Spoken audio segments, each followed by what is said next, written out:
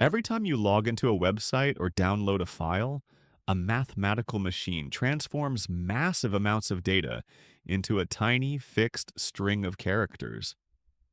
But how does this irreversible magic actually function under the hood? The core rule of any hash function is determinism. Feed in the exact same input a million times, and you will always get the exact same fixed hash output, guaranteed down to the bit. Change just one single letter or even a single bit in the input, and the entire output changes completely.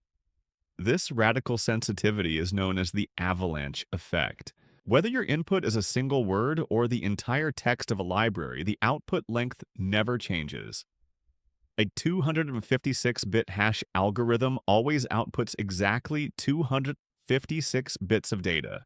To process data uniformly, the algorithm first pre-processes the input. It breaks the incoming message into fixed blocks and appends padding bits alongside an original length counter. Most classic hash functions use the Merkle-Damgård Construction.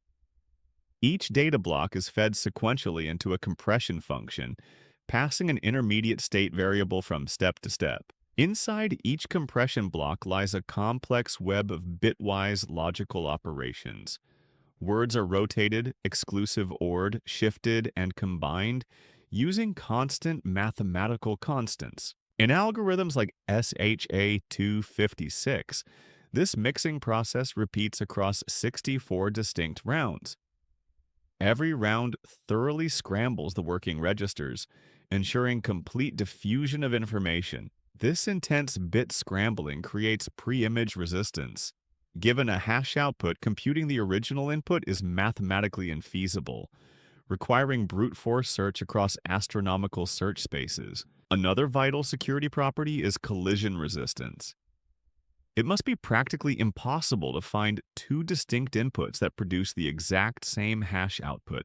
Because the total number of possible inputs is infinite while output spaces are finite, collisions must exist. The birthday paradox reveals that collisions are found much faster than expected. Beyond security, hashing drives instant data lookups and hash tables. By converting key strings into integer indices, items can be stored and retrieved in constant time. When two different keys map to the same array index, a collision occurs. Systems resolve this using techniques like chaining with linked lists or open addressing probing. For storing passwords, raw hashing is insufficient due to pre-computed lookup tables called rainbow tables. Security requires adding unique random salts before hashing each password.